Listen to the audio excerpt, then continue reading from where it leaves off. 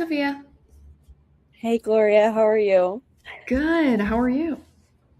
I'm doing great. I'm doing great. I'm so I'm in glad that Costa. I'm so glad that we hopped on together. Hate to interrupt you, but I'm so glad that we hopped on together. Really, I want to jump into your story. You have a crazy story, first of all. You've gone through so many life experiences, and also, same time, you have a rock solid mindset that I really, really respect. And I want to dive into those topics today, learn more a little bit about you and your interests and what kind of got you to this point in your life. So does that sound good? Yeah, no, sounds great. Wonderful. So with that being said, give everyone watching this a little introduction of yourself. Who are you? Where are you from? And what are you doing right now for a living? My name's Sophia. Hi. I'm from Austin, Texas originally, but at the moment I'm living in Costa Rica. Um, I've been working with Gloria and the team for just about a month now, and it's been truly a joy. I'm so excited to be here. But yeah, my story is long. I've been able to travel a lot of the world and see a lot of really cool things. So yeah.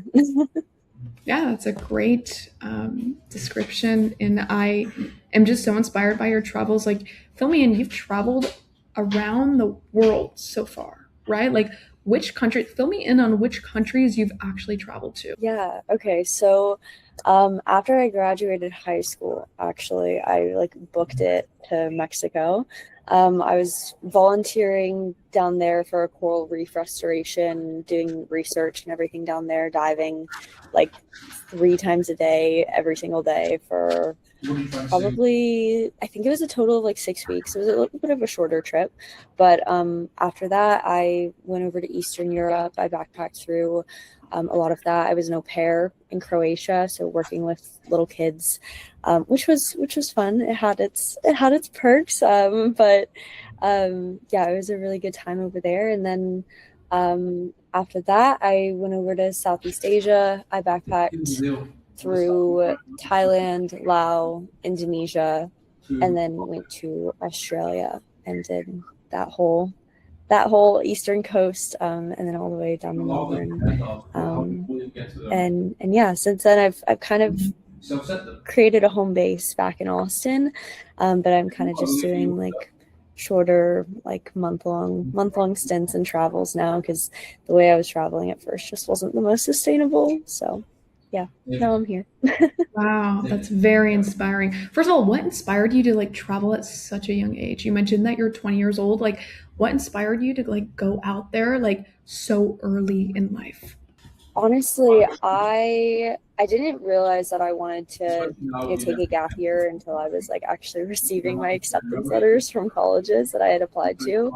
Um, but I think it took me seeing those letters and actually thinking and visualizing of what another 4 years in school would actually look like for me. And originally it was just going to be a gap year.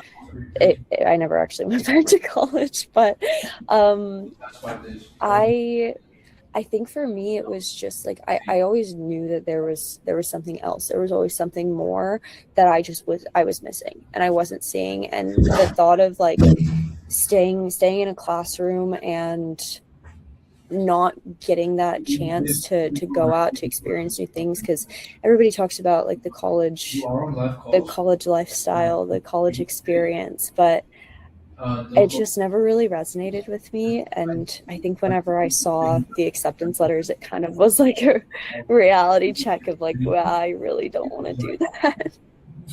So yeah, I decided to pursue something I was actually interested in, and go dive in Mexico and do coral reef restoration and that.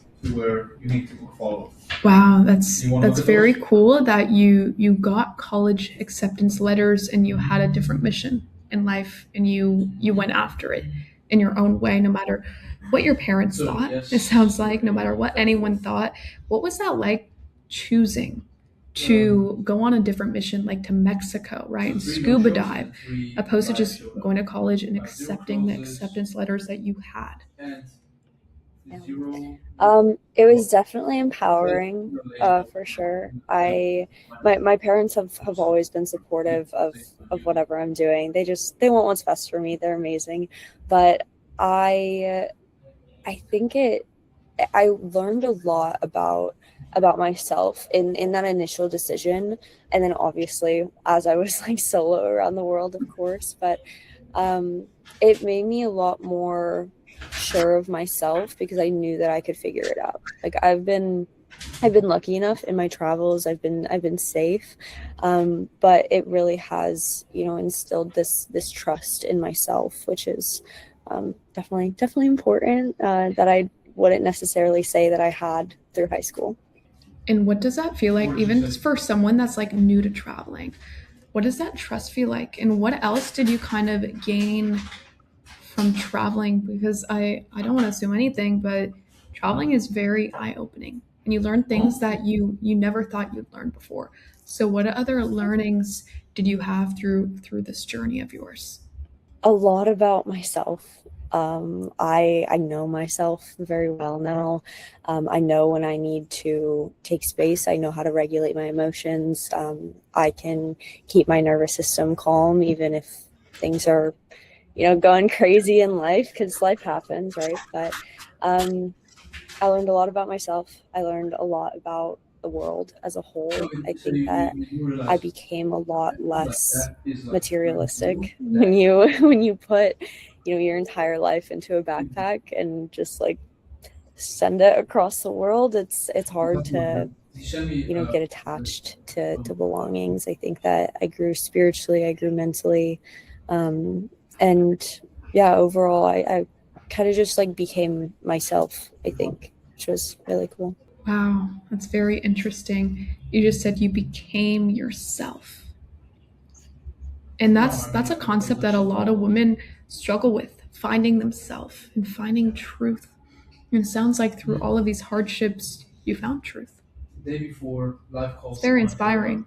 And for you, Sophia, you found truth, right? But what would you tell that girl that still hung on to those material objects, right? That girl that doesn't know herself, that girl that doesn't have that spiritual connection with God, right? What would you tell her when she's feeling stuck and she's feeling like she doesn't want to take that step? I would tell her, if she had that itch, to just do it, even if she's scared. Because one thing that I've truly learned is that everybody is just as scared as you are. And if you're able to realize that and accept that, it's so much less scary going up and talking to people and meeting new people. Because if you're sitting here in this mindset of like, well, I don't know what to say, what am I gonna talk to them about, how do I approach people, what happens, like, you just need to know that like almost every single other person, especially when you're young, especially when you're still learning who you are, especially when you're still like in that space of needing to get out, everybody is just as scared as you are. And all you need to do is like do it scared, do it anyways. um, and the only way that you're going to learn to trust yourself is by putting yourself in situations where you need to trust yourself. I'm sure even like earlier on, it was hard to trust yourself. Your first adventure, maybe to Mexico, it's hard to trust yourself. You haven't learned those skills yet because you're new to traveling. So, what was like a hardship that you went through, like the first time traveling, like,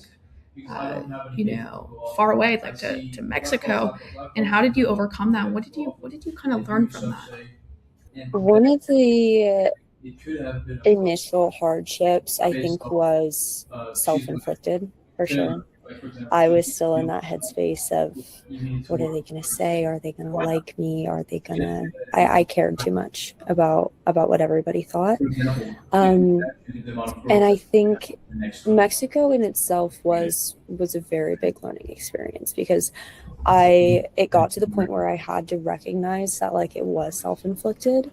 And I thought that I got lonely, honestly. Like I was away from my family for the first time. I was in a new place, and I was realizing that like I didn't really have any like strong connections where I was. And my friends were going to college, my friends were exploring all these new parts of themselves, and it did feel lonely for a little while. And I think for me, I was terrified of connecting with people who knew I wouldn't be there for a long time. And it's something that I've kind of battled with over the last 2 years. And I've I think recently like come to the conclusion that like connection is connection. And no matter where you are in the world, it means something. And being able to being able to talk and connect with anybody, it truly is a skill set. And it's not something that comes easy to everybody. It definitely wasn't something that came easy to me. I was very socially anxious for a long time. But yeah, I'd say that the way to overcome that is really just, again, putting yourself in situations where you need to trust yourself, and where um, you're able to recognize that the people that are around you, even if you're not going to be around them for a very long time, there's still so much potential for incredible connections. Wow, I really like that. You said something very important, that the loneliness shaped you. And you really, really were reflecting out there in Mexico of like, okay, who are my true connections? Who has my back, right? And you're having these realizations and reflections of yourself that every single person should have, whether they're out traveling abroad or still in their hometown, right? Or in their mom's house, living in their mom's house.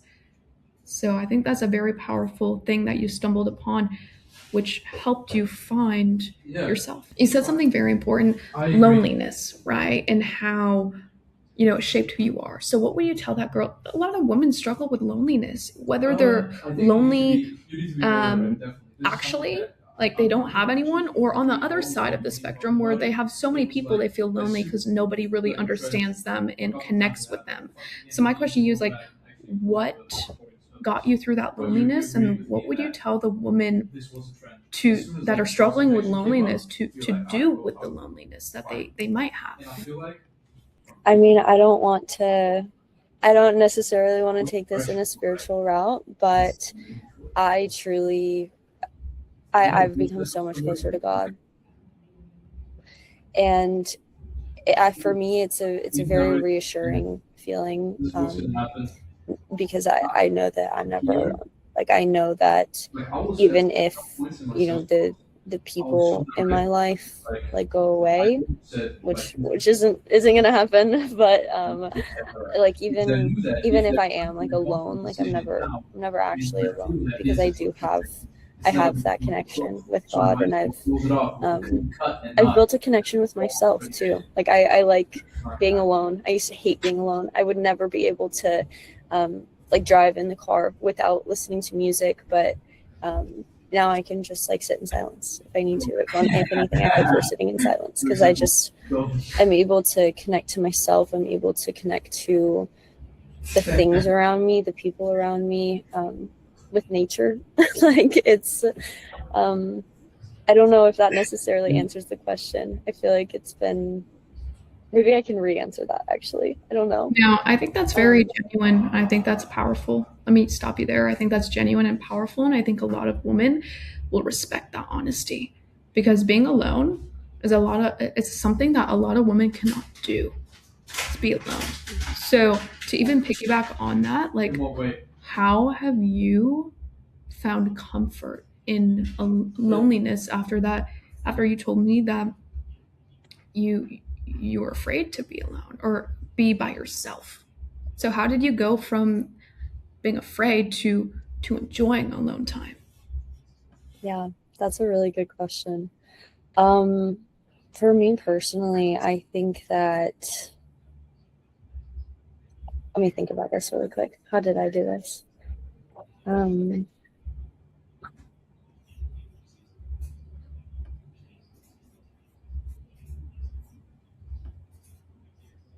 for me personally, I had to learn the difference between what was going on around me and what was happening to me.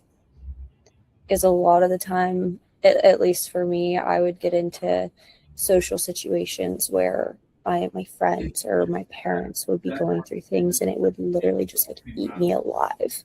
It would be all I thought about, because I would be emotionally invested in a situation that wasn't for me. And I'm not saying that I don't care anymore. Obviously I care about what's happening, but the things that I'm going to spend my time worrying about aren't going to be things that don't exactly reflect on me, or things that I, maybe I'm not wording this correctly. What is this really? I'm Like, very we're like just humans. Can you just be direct with me here? What's going on? Help me help you.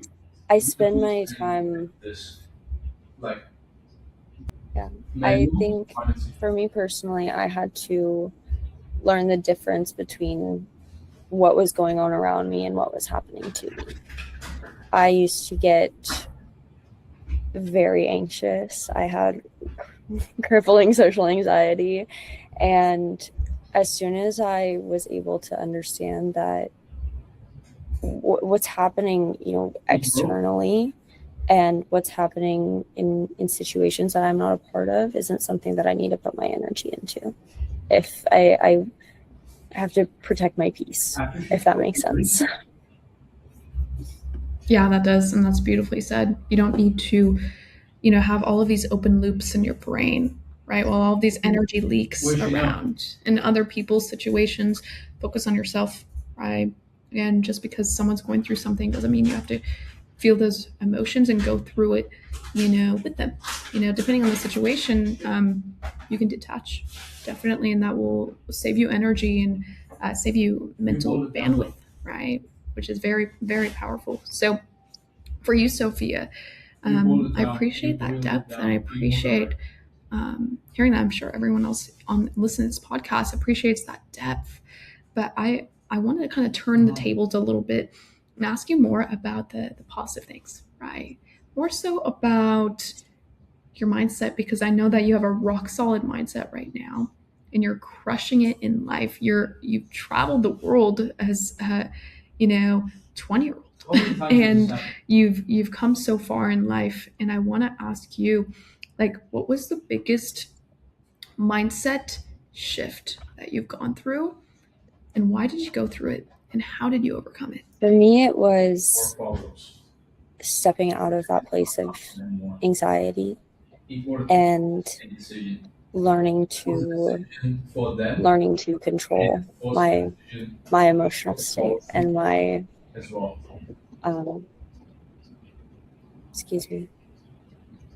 learning to control my emotional state and learning to control my nervous system. How I exactly did that, a lot of practice, a lot of meditation. I know that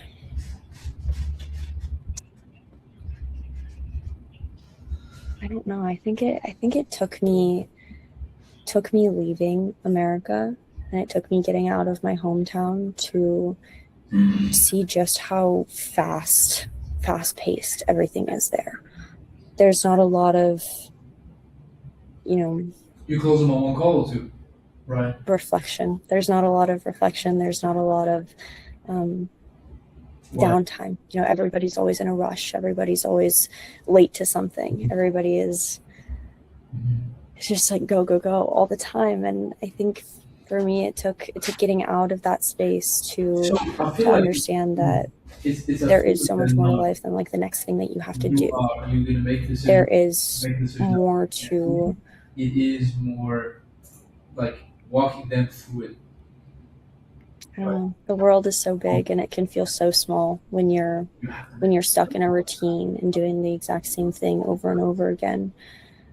Your nervous system kind of settles into this routine, this structure, and to get out of it, I mean, all you really have to do is one single decision can completely change the structure of your life, the structure of your routines. But you just have to make that decision, right? You have to get out. And I think for me, the biggest mindset shift was actually getting out, seeing how I don't feel seeing like how stuck I was, because I I was was stuck just, like you I know, don't necessarily going to work, I don't going maybe I do that home, too stupid watching but I'm like TV, like smoking a too like joint, and just like going to bed.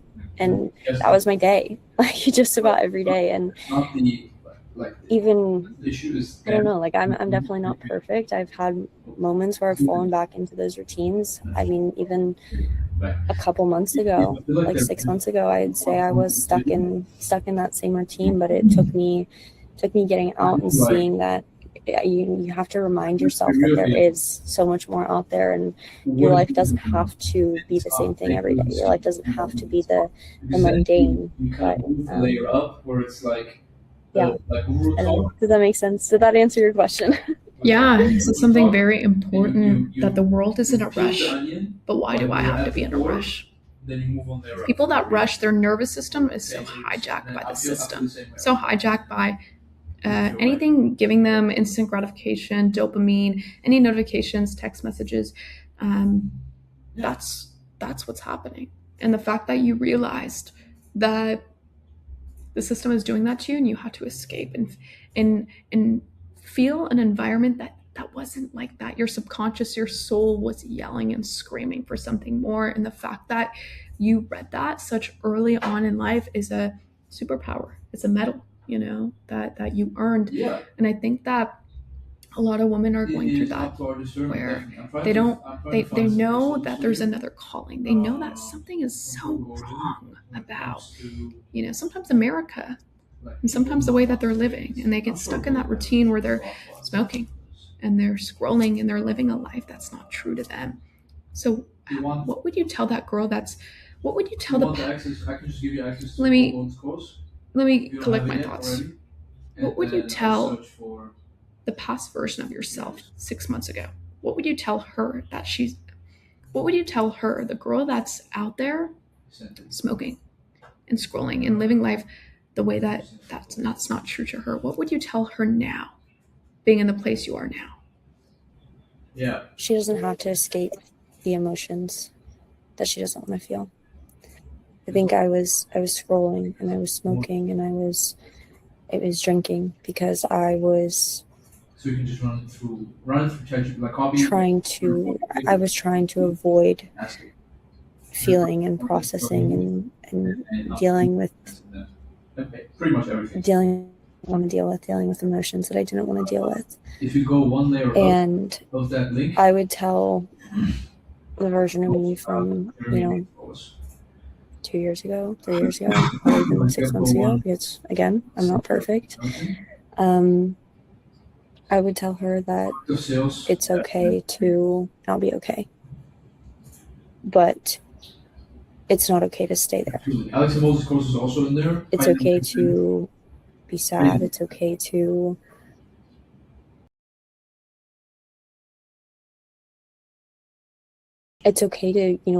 feel the things that you need to feel, but it's not okay to just sit in that space of complacency and not doing anything to change a situation, right? Does that make sense? Yeah. And that's beautifully said, where it's okay to feel the emotions. It's okay to feel sadness, depression. It's okay to feel happiness and joy. It's okay to feel the full range of the several different emotions that life offers us. But what it's not okay, right? What's not okay is to drown them out with alcohol, right? What's not okay is to avoid what your soul is weeping about, to ignore the truth that God is throwing at your face. Otherwise, He's going to keep throwing it and keep throwing it and keep throwing it. And that's very powerful, what you said, and I can tell that is from the heart. And I think that's very beautiful, definitely. So for you, you found yourself in this journey, and you found the true version of yourself through all of these adventures and through these mindset shifts, which is beautiful. What's the fundamentally want to be a good biggest human being. banger? What's the Now, biggest if they do fall, like paradigm not that way, shift they do you went fall, through and this let them slip. journey of the past few years of After like is that not gonna going to is that college and gonna then be a net rejecting benefit you to their life rejected or a net yourself from deficit? college, right? Which is If they don't get crazy. And then maybe people didn't support you along the way, right? So what was the biggest like paradigm shift that you went through this whole journey that you want to tell that girl that's scared to take that step? I think for a very long time I was living in the past or living in the future. My entire life revolved around my anxiety around like what had happened the day before or the year before or what was going to happen tomorrow or in a week or at that event that I had planned or at whatever gathering, right? The biggest paradigm shift for me was realizing that your entire life is comprised of right now moments.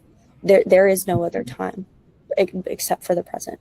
Like literally all you get is right now. So to spend your time worrying about the future, spend your time worrying about the past, you're missing out on so much of the present. And it was that was the biggest thing for me, just like understanding that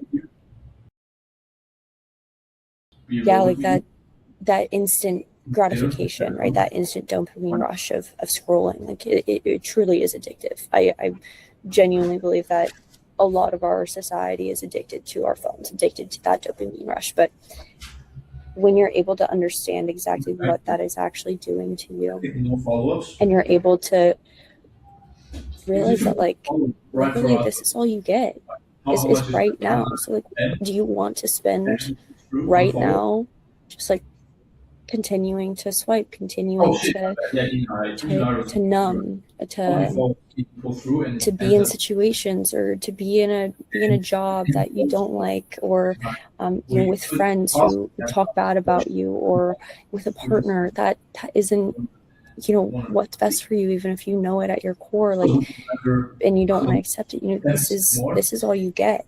And potentially. I'm not saying to up and quit your job if be smart about your choices, but or is it actually sitting down, this is walking them all you through it, get building is up the that present. skill of being more And direct, which is then in turn yeah, going that was the biggest shift for me, was realizing that I was spending so much time in the future or in the past. Because when you're anxious, right, or depressed, that means you're hung up on something. Something is still affecting you about the future, the past, something, right? And a lot of people are in that state, that mental state, where they're struggling with these demons. What have you learned through life to get over these hardships? How did you overcome anxiety and social anxiety? What action steps did you take? I know I'm stumping you right now. I did kind of the same My social anxiety revolved a lot around, honor protocol. of course, like caring what other people thought, right?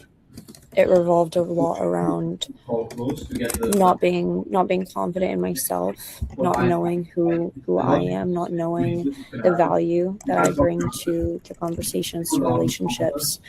And overcoming that was really just realizing that that was a long call. I think that will benefit you. So basically, I pushed in the other direction. I pushed 2 co-hosts to get the husband on board. that again, almost overcoming that was really just realizing that again, everybody is just as scared as you are, and the people who maybe seem like they have it all together, they probably don't, or maybe they have figured it out and they will have the patience with you if you haven't yet. That's a really beautiful thing that I learned. Yeah, that is very beautiful, that everyone is human and nobody is better than anyone else. God made us all equally. Why on earth are we anxious about what other people think of us when we're all equals, equal playing fields, right? So, Sophia, it's been amazing to have you on and learn more about your journey and your transformation. What final thought would you leave someone with? I think for a long time I didn't know what I wanted. I didn't know who I was, and that led to genuinely not knowing what I was craving or what I was wanting out of a situation. And a final thought that I'd leave is when everything feels so big,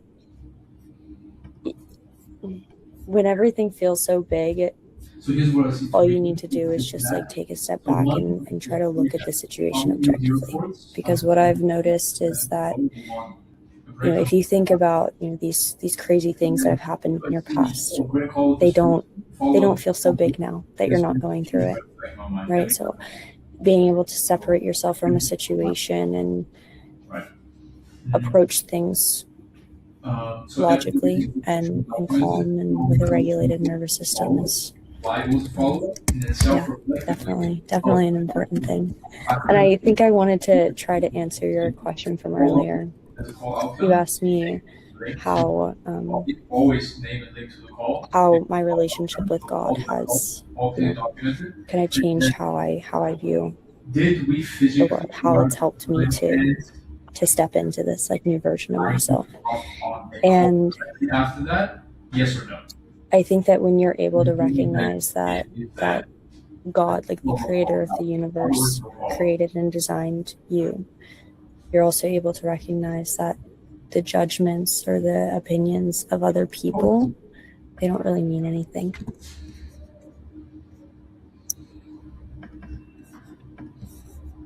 Very powerful. Very powerful. And I think that can transform someone's life. And Sophia, where can people watching this right now connect with you on social media?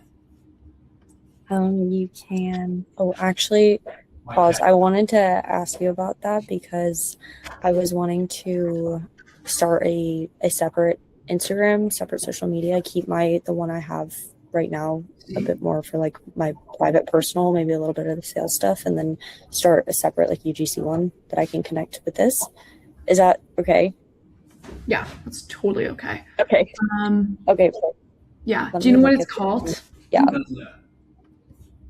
Yes. You. My Instagram is Soph's World with a 0 in world. So it's SOPHSW0RLD. Guys, go follow Sophia. Sophia, it's been amazing to have you on with us today and learn more about your story and mindset shifts.